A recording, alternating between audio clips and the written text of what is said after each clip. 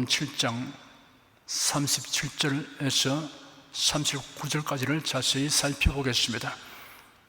오늘 또 성령께서 우리 각 사람을 은혜와 진리 가운데로 인도하여 주시고 살았고 운동력이 있는 말씀의 권능을 풍성하게 체험하게 하실 것을 확신합니다.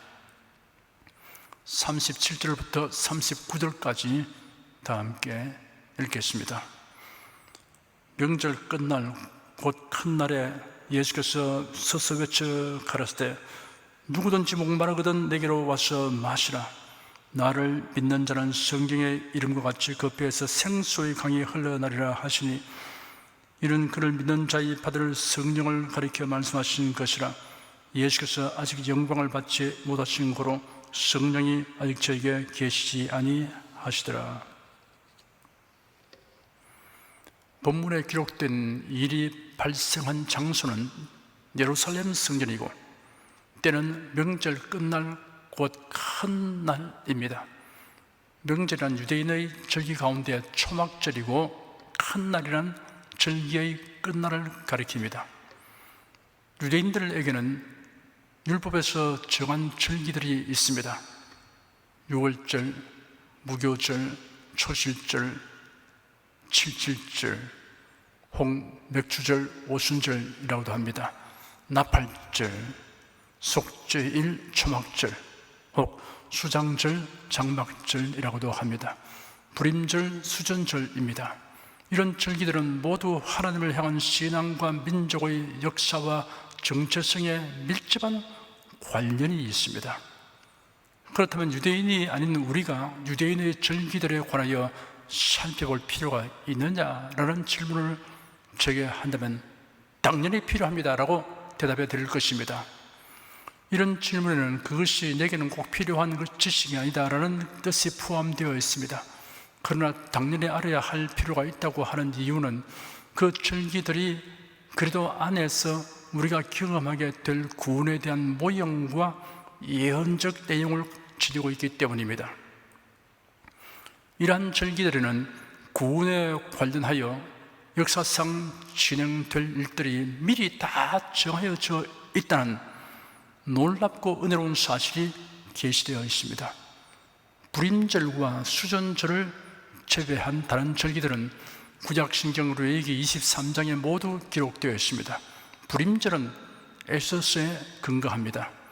에스더서는 아하수에로 왕이 페르시아를 통치할 당시 총리 하만의 흉계로 파멸의 위기에 처한 유대 민족이 왕후 에스더의 활약으로 구출된 사건 기록입니다. 불임이라고 번역된 원어 프림은 제비뽑기나 주사위를 의미하는 아람어 푸르에서 온 말입니다. 하만이 제비뽑기로 유대인을 학살할 날짜를 정한 데서 프림이라는 축일의 이름과 날짜가 유래했다고 합니다. 수전절은 수리아의 안티쿠스 에피파네스 왕이 예루살렘 성전의 번제단 자리에 제우스 동상을 세워 성전을 더럽히자 주전 164년경 유다 마카비가 군사를 일으켜 수리아 군대를 물리치고 성전을 정화하여 하나님께 봉헌한 것을 기념하는 축제입니다. 계절의 순서로 보면 봄에는 유월절, 무교절, 초실절을 8일 동안 연이어 지킵니다. 맥주절은 유월절 후 7주째 지켰습니다. 밀이나 보리를 수확한 후 하나님께 첫 열매를 드리는 추수감사절기입니다. 가을에는 나팔절, 속죄일, 초막절, 혹 수장절, 장막절이라고 하는데 이런 차례로 연이어 지킵니다. 수전절은 초겨울에 지킵니다. 절기들 중에서 유대인들의 종교 달력에서 국가적 큰 연례 행사가 되는 3대 절기는 이러합니다. 첫째는 유월절입니다. 유월절 행사는 유대적으로는 1월 14일부터 8일간 계속되었습니다. 우리들이 지키는 태양력으로 대략 3월, 4월에 해당됩니다. 유월절은 출애굽기에 근거합니다. 하나님께서 모세를 애굽 왕 바로에게 보내어 이스라엘 자신들의 자유를 요구하게 하셨습니다. 바로가 이를 거절하니 하나님께서 애굽에 10가지 재앙을 내리셨습니다. 10번째 재앙은 사람이든 짐승이든 먼저 난 것은 하룻밤 사이에 죽게 되는 것입니다. 모세는 하나님의 지시대로 이스라엘 자손들에게 어린 양을 잡고 그 피를 그들이 거주한 집의 좌우 설주와 임방에 바르면 그 밤에 재앙이 없을 것이라고 일러주었습니다. 실제로 그 밤에 애굽 사람의 집집마다 재앙이 임하였으나 죽이는 천사가 어린 양의 피를 칠한 이스라엘 자손들의 집은 넘어갔습니다. 여기서 유월절이 유래되었습니다. 유월절은 하나님께서 이스라엘 자손을 애굽의 속박으로부터 구원해 내신 것을 기념하는 의미가 있습니다. 그뿐 아니라 예수 그리스도의 대속의 죽음과 죄인들의 구원에 대한 예언적 성격을 가진 모형의 의미를 지니고 있습니다. 그 예언적 의미는 온전히 성취되었습니다. 예수는 유월절에 예루살렘으로 가셔서 제 아들과 유월절 식사를 하셨습니다. 그 자리에서 떡과 포도주로서 예수님의 깨어짐과 흘리신 보혈을 기념하는 성만찬을 제정하셨습니다. 그날 밤 예수님은 유대 종교 지도자들에 의하여 체포되고 총독 빌라도에게 넘겨졌습니다. 다음날 십자가에 못 박혀 몸찢기시고 피 흘려 죽으셨습니다. 그리고 장사한 지 사흘 만에 부활하셨습니다. 신약 성경은 유월절을 예수 그리스도의 구속 사역과 철저하게 관련하여 설명하고 있습니다. 고린도전서 5장 7절에는 우리의 유월절 양 곧 그리스도께서 희생이 되시느니라 라고 기록되었습니다. 베드로전서 1장에는 너희가 알거니와 너희 조상의 유전한 망령된 행실에서 구속된 것은 은이나 금같이 없을 것으로 한 것이 아니요 오직 흠없고 점 없는 어린 양 같은 그리스도의 보배로운 피로 한 것이라 하였습니다. 히브리서에는 유월절 양이신 예수께서 십자가에 못 박혀 흘리신 대속의 피로 세운 새 언약을 설명하면서 옛 언약인 구약의 율법과 제사는 모형적 역할이 종료되었음을 설명하였습니다. 유월절 양이신 예수께서 십자가에서의 대속적 죽음을 통해 영원히 단번에 제사를 드림으로써 더 이상 동물 제사는 필요 없게 되었습니다. 그러므로 죄인은 누구든지 예수 그리스도를 믿음으로써 영원한 속죄와 구원의 은총을 바랄 수 있게 되었습니다. 둘째는 오순절입니다. 양력으로 5월, 6월경입니다. 구약에서 맥추절 혹은 칠칠절이라고 하였습니다. 맥추절은 밀이나 보리를 수확한 후 하나님께 첫 열매를 드리는 추수감사절기입니다. 유대교에서는 이날을 시내산에서 율법을 바른 날로 의미 부여를 하였습니다. 이날은 유월절 후 7주째 지켜졌다고 해서 칠칠절이라고 불렀습니다. 그러나 맥추절이 오순절로 불리게 된 시점은 신구약 중간기일 것으로 추정되고 있습니다. 오순절은 신약 성경에서만 사용된 명칭입니다. 6월절이 지난 후 50일째 되는 날이어서 오순절이라고 불렀습니다. 오순은 다섯 오, 열흘 순을 합하여 만든단 말입니다. 오순절은 헬라어로 펜테코스테인데 제50째 날을 의미합니다. 오순절은 첫 곡식을 거두어드리는 맥추절, 추수절이라는 사실에 심오한 뜻이 있습니다. 오순절날 성령 강림에 의하여 탄생한 교회가 복음을 널리 전파하여 천국 창고에 들어갈 곡식 성도를 교회로 거두어들이게 됨에 대한 예언적 모형이라는 의미를 지니고 있습니다. 셋째는 초막절입니다. 수장절 또는 장막절이라고도 부릅니다. 히브리 종교력으로 7월 15일부터 한 주간입니다. 태양력으로는 9월, 10월에 해당합니다. 오순절 후 4개월쯤 지난 추수기의 마지막 주입니다. 수장절 절기를 지키는 방법을 살펴보면 광야에 초막을 짓고 7일 동안 거기서 기거합니다. 초막에서 생활하는 동안 매일 화제를 드리고 8일째는 절기를 마감하는 대성회를 갖습니다. 1년 동안 수고하여 거둔 곡식과 과일을 하나님께 드리고 이웃과 함께 나눕니다. 절기 기간 중에는 백성들이 나뭇가지와 잎들로 만든 초막 안에 거처하여야 했기 때문에 초막절이라 불리어진 것입니다. 레위기 23장에 기록되기를 너희는 7일 동안 초막에 거하되 이스라엘에서 난 자는 다 초막에 거할지니 이는 내가 이스라엘 자손을 애굽 땅에서 인도하여 내던 때 초막에 거하게 한 줄을 너희 때대로 알게 함이니라. 나는 너희 하나님 여호와이니라 하였습니다. 초막절 기간만은 부자나 가난한 자나 다 같이 잎이 달린 나뭇가지로 만든 그들의 작은 초막에서 거처이기 때문에 빈부의 차이를 잊어버렸습니다. 이 명절에서의 특이한 경험과 희열을 마르크스 다처 박사가 다음과 같이 잘 묘사하였습니다. 이 명절은 하나의 민족적 추수의 결승점 같은 것이었다. 따라서 그것은 기쁨으로 충만한 명절이었다.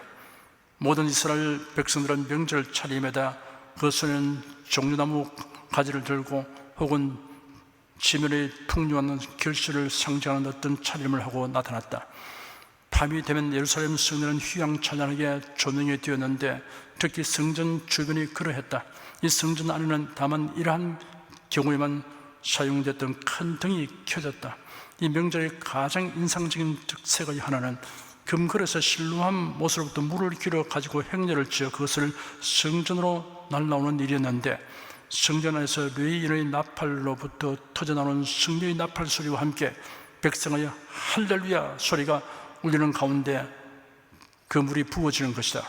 그래 유대인 중에서는 실루한 못에서 길어온 물을 따를 때의 기쁨을 맛보지 못한 사람은 그의 생애 중에 한 번도 기쁨을 맛보지 못한 사람이다 라는 말이 생기게 되었다. 하나님 존전에서 이와 같은 부음은 곡식밭과 목장에 물을 주시는 하나님의 선하심에 대한 인식과 광야에 있었던 기적적인 물 공급에 대한 기념으로 여겨졌다. 초막절은 애굽에서 나온 이스라엘 백성들이 광야 생활을 하였던 것을 기념하는 절기 행사이기도 합니다. 광야에서 백성들이 물이 없어 고통을 당한 적이 있었습니다. 그때 모세가 하나님의 지시대로 지팡이로 반석을 치니 반석에서 물이 흘러나와서 백성들이 물을 마셨습니다. 초막절 절기 행사를 통하여 사람들은 그 일을 상기하였을 것입니다. 보다 식견이 있는 사람들에겐 그것은 하나의 영적인 의미를 지닌 것이었으며 너희는 기쁨으로 구원의 우물로부터 물을 기를 것이다 라는 이사야의 예언을 회상케 했던 것입니다. 이 명절의 매일 아침 제사 시간이 되면 상징적 의식이 행해졌습니다. 지명된 제사장들은 성전에 서 있는 산 사이에서 솟아나는 실로암 샘에서 길어온 물이 담긴 금그릇을 성전 앞들로 가져다 제사용 포도주와 함께 제단 위에 놓여있는 두 그릇에 부었습니다. 이 두 그릇에는 각각 열린 구멍이 있어 그릇으로 부어진 액체가 흘러 제단 밑까지 내려갔습니다. 제단 동쪽에 놓인 그릇에는 포도주가, 그리고 동시에 서쪽에 놓인 그릇에는 물이 각각 부어졌습니다. 그렇게 하는 동안에 백성들은 집전하는 제사장에게 그가 물을 그릇에 부었음을 분명히 나타내도록 그의 손을 들라고 소리를 지른 것이었습니다. 여기서 우리는 예수님의 힘찬 목소리가 군중들 위해 깜짝 놀라게 하는 갑작스러움과 함께 선포되는 그 역사적인 광경을 회상해 봅시다. 성경에 기록된 대로 그날은 명절 끝날 곧 큰 날이었습니다. 이게 끝날이라는 말이 과연 어느 날을 의미하느냐에 관하여 몇 가지 이견이 있습니다. 초막에서 거처하는 기간은 정확하게 7일 동안 뿐이었습니다. 이 7일간이 지난 그 다음 날은 아무 노동도 해서는 안 되는 거룩한 대회였습니다. 그 논쟁의 요점은 상당한 흥미거리가 됩니다. 왜냐하면 8째 날에는 물 부는 의식이 생략되었기 때문입니다. 이 7째 날은 엄격히 말하여 이 절기의 종료와 초막에서의 유숙의 종료를 명시하면 물론이지만 그것은 이 절기의 큰 날이었으며 이 날의 절정은 특별한 의식들에 의해 표현되었습니다. 그 특별한 의식들이란 제사장들이 노래를 부르면서 절기 중 다른 날에 제단을 한 번씩만 도는 그거와는 달리 이날만은 7번씩 도는 그런 것들이었습니다. 이 7째 날이자 마지막 날은 큰 호산나로 알려졌습니다. 사람들이 성전을 떠날 때 저들은 제단 주위에 그들이 가진 벚나무 가지의 잎을 떨어뜨리면서 감사의 환호성을 올렸습니다. 또한 그들의 손에 든 종려나무 가지를 두들겨 조각을 내었습니다. 그날 늦게 저들은 초막을 헐었고 이렇게 하여 절기의 7일간이 끝났던 것입니다. 이 절기의 마지막 한 날에 군중이 번잡하게 운집했습니다. 그들 중에는 물을 푸는 날마다의 의식 가운데 영적인 심오한 의미를 생각하는 참 예배자들이 있었습니다. 그리고 자신의 심령 속에 있는 끊임없는 목마름 때문에 매우 마음 괴로워하는 사람들이 있었습니다. 그 많은 군중 가운데는 목마른 영혼들과 사모하는 영혼들이 있었습니다. 그들은 이 물 붓는 의식이 진행되는 매일 언제 저 예언자들이 예언한 생수의 샘이 성전으로부터 터져 나올 것인가 하고 고대하고 있는 이들입니다. 그러면서 이 연례적 절기의 날은 마지막 날이 왔습니다. 저들의 마음속에 있는 간망과 바라는 바 간절한 기대는 이루어지지 않은 채 남아있던 것입니다. 이제 마지막 물 붓는 의식이 막 시작되고 찬양하는 할렐루야 노래 소리가 답창의 코러스로 울려 퍼져 나왔습니다. 이와 함께 백성들은 주께 감사라의 노래를 부르면서 종나무 가지와 도금장 나무 가지와 시드론 나무 가지를 제단을 향해서 흔듭니다. 그 다음에 명절 제사를 준비하기 위해 잠깐 중단하게 되는데 이것은 조용하고 침묵을 지키는 중단입니다. 바로 이 민감한 시점에 생각하지 못했던 사건이 발생했습니다. 갑작스럽게 깜짝 놀랄 만하게 우렁차고 굵은 음색으로 활기차고 낭낭한 그리고 성전 전체를 꿰뚫는 듯한 예수의 음성이 울려 퍼졌습니다. 누구든지 목마르거든 내게로 와서 마시라. 나를 믿는 자는 성경의 이름같이 그 배에서 생수의 강이 흘러나리라. 수많은 군중 가운데 있던 모든 사람은 그 특별한 순간에 사람들의 이목을 끄는 그 말씀의 선포가 의미하는 것을 알 수 있었습니다. 사람들은 예수께서 약속하신 생수의 강과 실로암 못으로부터 성전 제단으로 가져온 그릇에 담은 단순한 물 사이의 대조를 알아차릴 수 있었을 것입니다. 예수님 자신의 연관된 그러한 말씀의 선포는 예수님 외에 누구도 감히 할 수 없는 것이었습니다. 누구든지 목마르거든 내게로 오라. 실로 엄청난 선포입니다. 그 성전 군중 속에 있는 한 사람의 유대인이라도 이 말씀 속에 나사렛 예수가 자신을 약속한 메시아로 선포하고 있다는 것을 깨닫지 못할 자가 없었을 것입니다. 예수는 그 날에 하신 것과 같은 똑같은 말씀을 지금도 우리에게 선포하십니다. 누구든지 목마르거든 내게로 와서 마시라. 나를 믿는 자는 성경의 이름과 같이 그 배에서 생수의 강이 흘러나리라. 내게로 오라 그리고 마시라 하였습니다. 여기에 사용된 동사는 현재 시제입니다. 계속됨을 의미합니다. 계속 와야 하며 계속 마셔야 합니다. 거기는 강수가 있습니다. 거기는 결코 흐름의 부족이 없습니다. 예수께서 제공하여 주신 이 생수란 무엇입니까? 주님 말씀에 추구하여 사도 요한은 이런 그를 믿는 자의 받을 성령을 가리켜 말씀하신 것이라. 예수께서 아직 영광을 받지 못하신 고로 성령이 아직 저에게 계시지 아니하시라 라고 부연 설명하였습니다. 생수의 강인 성령은 예수께서 부활 승천하신 후 오순절에 제자에게 부어주셨습니다. 그날 사도 베드로는 외치기를 너희가 회개하여 각각 예수 그리스도의 이름으로 세례를 받고 죄사함을 얻으라. 그리하면 성령을 선물로 받으리니 하였습니다. 누구든지 목마르거든 내게로 와서 마시라. 나를 믿는 자는 성경의 이름과 같이 그 배에서 생수의 강이 흘러나리라 라고 기록되었는데 이 말씀을 좀 더 자세하게 살펴볼 필요가 있습니다. 그 배에서 흘러나리라는 말씀은 가장 깊은 속으로부터라는 뜻입니다. 달리 말하면 지성과 감정과 의지의 깊은 곳에서라는 뜻으로 해석할 수 있습니다. 무리 없는 해석입니다. 하지만 성경의 이름과 같이 라는 말씀을 해석하기가 난해한 것입니다. 구약 성경 어디에도 믿는 자의 그 배에서 생수의 강이 흘러나리라는 구절이 없기 때문입니다. 이를 감안하여 다음과 같은 해석을 하기도 합니다. 이 문제에 대한 해답은 그의 배치 순서에 있다는 것입니다. 나를 믿는 자는 이라는 부분을 마시라는 말 앞에 배치하는 것입니다. 이렇게 배치하게 되면 누구든지 목마르거든 내게로 오라, 나를 믿는 자는 마시라, 성경의 이름같이 그 배에서 생수의 강이 흘러나리라 라고 기록되므로 예수님에게서 생수의 강이 흘러나리라는 것으로 해석된다는 설명입니다. 그래야만 성경의 이름같이라는 난자가 해결됩니다.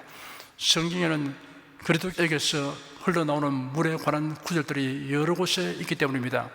이사야서에 그 사람은 마른 땅에 냇물 같을 것이며 하였고, 너희 목마른 자들아 물로 나오라, 내가 그를 만민에게 증거로 세웠고 라는 말씀이 있습니다. 스가랴서에도 그들이 그 찌른 바 그를 바라보고 그 날의 죄와 더러움을 씻는 셈이 다윗의 족속과 예루살렘 거민을 위하여 열리리라 하였고, 그 날에 그의 발이 예루살렘 앞 곧 동편 감람산에 서릴 것이요 그 날에 생수가 예루살렘에서 솟아서 흐를 것이라 하였습니다. 이것은 예언서로서부터 취한 몇 개의 인정 구절에 불과합니다. 출애굽기에 아주 특별한 사건이 기록되어 있습니다.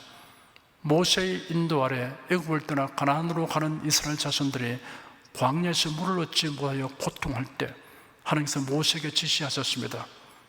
백성 앞을 지나가서 이스라엘 장로들을 데리고 하수를 치던 네 지팡이를 손에 잡고 가라. 내가 거기서 호렙산 반석 위에 너를 대어 서리니 너는 반석을 치라. 그것은 물이 나리니 백성이 마시리라. 모세가 그대로 하니 반석에서 물이 솟아나와서 백성을 해갈시켰습니다. 고린도전서 10장 4절에는 다 같은 신령한 음료를 마셨으니 이는 죄를 따르는 신령한 반석으로부터 마셨음에 그 반석은 곧 그리스도시라 라는 단정적인 해석이 기록되었습니다. 인간 영혼의 목마름을 만족시켜주는 생수의 강은 예수님으로부터 흘러나오는 것이 합당합니다. 그것은 고여있는 연못의 물이 아니라 흐르는 물입니다. 그것은 졸졸 흐르는 냇물이 아니라 강물입니다. 생명을 순환시키는 생수의 강입니다. 이는 그를 믿는 자의 받을 성령을 가리켜 말씀하신 것이라 라는 말씀에 이어서 예수께서 아직 영광을 받지 못하신 후로 성령이 아직 저에게 계시지 아니하시다라는 설명이 부과되었습니다. 예수를 믿는 자에게 성령이 임하시기 전에 예수께서 십자가의 대속의 죽음을 죽으시는 사건이 있어야 한다는 뜻입니다. 예수께서 못 박혀 죽으신 일을 영광을 바라신다라고 형용하였습니다. 예수의 죽음은 보통 사람의 죽음과 다른 것입니다. 죄인을 구원하시기 위한 대속의 죽음입니다. 대속의 죽음을 통하여 수많은 영혼이 구원을 얻게 하셨습니다. 그리고 예수님은 구세주로서 영원의 찬송을 받으시게 되었습니다. 성경에 기록되기를 그는 근본 하나님의 본체시나 하나님과 동등됨을 취할 것을 여기지 아니하시고 오히려 자기를 비워 종의 형체를 가져 사람들과 같이 되었고 사람의 모양으로 나타나셨으며 자기를 낮추시고 죽기까지 복종하셨으니 곧 십자가에 죽으심이라. 이러므로 하나님이 그를 지극히 높여 모든 이름 위에 뛰어난 이름을 주사 하늘에 있는 자들과 땅에 있는 자들과 땅 아래에 있는 자들로 모든 무릎을 예수의 이름에 꿇게 하시고 모든 입으로 예수 그리스도를 주라 시인하여 하나님 아버지께 영광을 돌리게 하셨느니라. 오직 우리가 천사들보다 잠깐 동안 못하게 하심을 입은 자 곧 죽음의 고난 받았음을 위하여 영광과 존귀로 관서신 예수를 보니 이를 행하시면 하나님의 은혜로 말미암아 모든 사람을 위하여 죽음을 맛보려 하심이라 하였습니다. 예수께서 당하신 고난은 영광이 기약된 것입니다. 이처럼 모든 성도들도 그리스도를 위해 고난받으면 영광이 기약되었습니다. 빌립보서 1장 29절에 그리스도를 위하여 너에게 은혜를 주신 것은 다만 그를 믿을 뿐 아니라 또한 그를 위하여 고난도 받게 하심이라 하였고, 베드로전서 4장 13절에는 오직 너희가 그리스도의 고난에 참여하는 것으로 즐거워하라. 이런 그 영광을 나타냈을 때 너희로 즐거워하고 기뻐하게 하려 함이라 하였으며, 4장 16절에는 만일 그리스도인으로 고난을 받은 적 부끄러워 말고 도리어 그 이름으로 하나님께 영광을 돌리라 하였습니다. 유대인의 3대 절기인 유월절, 오순절, 초막절은 유대인만이 즐기는 행사가 아니라는 것이 명백하여졌습니다. 하나님의 택함을 받아 구원 얻은 모든 자들을 위한 것입니다. 예수를 믿는 자들에 대한 지극히 복스러운 예언이 함축된 모형입니다. 그 절기들에는 다 형언할 수 없는 영광스러운 구원의 메시지가 내포되어 있습니다. 예수 그리스도께서 자기 몸을 대속 제물로 십자가에 내어 주어 피 흘려 죽으심으로 이를 믿는 사람들이 의롭게 되고 영생을 얻으며 하나님의 자녀가 되고 천국 시민이 되는 길을 주셨습니다. 이것이 유월절이 예표하는 신령한 메시지입니다. 오순절 성령 강림으로 성령께서 신자들에게 오셔서 함께 하시며 권능을 주셔서 온 세상에 복음이 전파되게 하심으로 구원 얻도록 작정된 사람들을 대대적으로 추수하십니다. 이것이 오순절이 예표하는 신령한 메시지입니다. 나팔절과 대속제일에 이어서 지키는 초막절에는 마지막 추수를 하고 곡식을 창고에 저장한 후 백성들이 큰 즐거움을 함께 나눕니다. 이것이 초막절이 예표하는 역사의 종말에 있을 일에 대한 신령한 메시지입니다. 나팔 소리와 환난 중에 죽음을 불사하고 신앙을 지킨 자들, 주님께 복음을 믿고 예수께로 나온 모든 유대인들에게 주어지는 속죄의 은총이 부어져서 마침내 하나님의 택한 자들 중에 아무도 멸망치 않고 모두 천국에 들어가서 하나님의 복락을 즐기는 장면이 눈에 선하게 하여 줍니다. 베드로후서 3장 9절에 기록되기를 주의 약속은 어떤 일이 더디다고 생각하는 것 같이 더딘 것이 아니라 오직 너희를 대하여 오래 참으사 아무도 멸망치 않고 다 회개하게 이르기를 원하시니라 하였습니다. 여기서 아무도 멸망치 않고 라고 한 대상은 모든 사람을 지칭하는 것이 아닙니다. 우리는 그 수를 알지 못하나 하나님께서 정하신 사람들 모두를 가리키는 것입니다. 사랑하는 여러분, 예수 그리스도만을 구세주로 믿습니까? 세상의 그 무엇도 이 믿음보다 귀한 것이 없다고 확신하십니까? 우리 주 예수 그리스도의 다시 오심을 사모하십니까? 예, 물론입니다. 그렇습니다. 아멘 이라고 응답하신 여러분은 천국 창고에 들어갈 알곡입니다. 그렇기 때문에 여러분은 행정당국의 예배를 제한하는 어떤 규제가 있을지라도 예배드리고 말씀 듣기를 더욱 힘쓰고 있는 것입니다. 택하신 바른 자들의 심령 속에 계시는 성령께서 강권하시기 때문입니다. 저는 여러분의 교회가 마련한 모든 대안을 통하여 배전의 열심으로 예배와 기도에 힘쓰고 있음을 확인하고 있습니다. 신앙의 진실성은 예배로 입증됩니다. 여러분, 예수께서 꼭 강림하셔도 모두 기쁨으로 맞게 되시기를 축원합니다. 기도하겠습니다.